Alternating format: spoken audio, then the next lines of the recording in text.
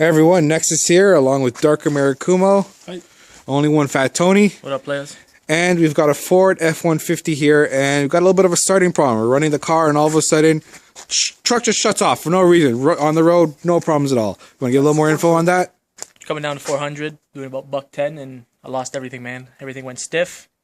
And yeah, RPMs just killed right off, and I couldn't do anything. Pull over the side of the road, try to start it, nothing.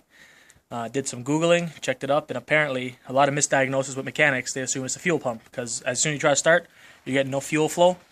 But further looking into it, after people had it changed, spent $500, $600, $700 to get it changed. Same issue. It mainly came down. Sorry, I just brain farted there. The main reason why it's still failing is not the fuel pump. It's actually your fuel pump driver module. This little bad boy sits underneath a brace for the bed.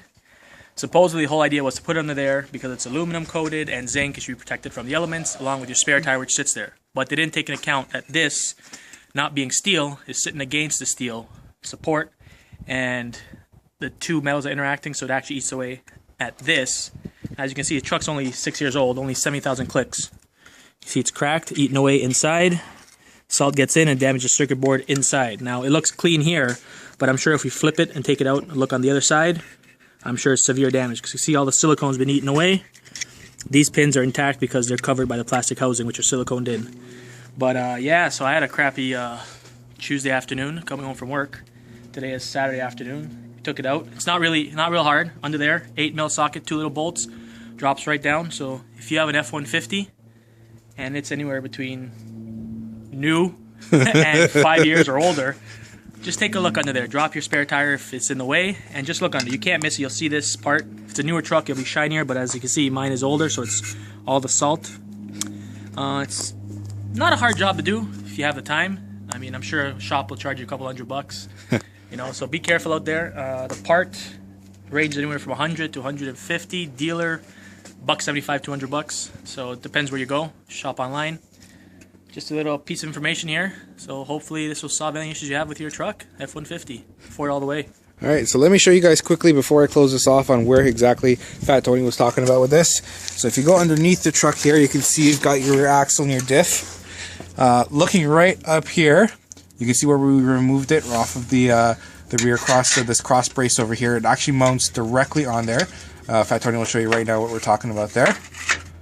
And that's where it mounts up. So what happens is that a lot of salt builds up in there. Of course, you got the interaction with steel on steel and all that's here. You can see just from pulling it off. Look on here. You see all the salt, this corrosion, all this stuff here? That all came up from underneath, just from pulling it off with the two 8mm bolts. Now, it's really easy to do. But you can buy the part. You can do this yourself and literally take maybe 20 minutes, half hour going to the truck. As you know, it's got a really high ride height, so it's really easy to do. And yeah, you can change that yourself. Quick, easy job, and that'll fix the problem for you in most cases. Of course, before you do that, make sure to check that your battery is good. Check your fuses, all the usual stuff. Eliminate all that stuff because sometimes that can happen too. But this is a very, very common problem on these trucks. And apparently the new parts come with, whether OEM or aftermarket, they do come with spacers and stuff to kind of prevent that from happening in the future. So just a little thing to look at. Now we're going to get the part and put it together. If we see any little problems, we'll let you know. But to be honest, guys, it's really put the two bolts right back in, right up in there, plug it in, and away you go. So it should be fairly easy and fairly straightforward. But we'll let you know if anything comes up, all right? So this is Nexus. And this is only one Fat Tony for TMPG. Have fun, guys. Darker Marakumo. One quick thing. Oh, wait, one last thing before we go. Just look under your truck for any debris. I found a bottle rocket stick. And with that, Never know take care. Have a good one.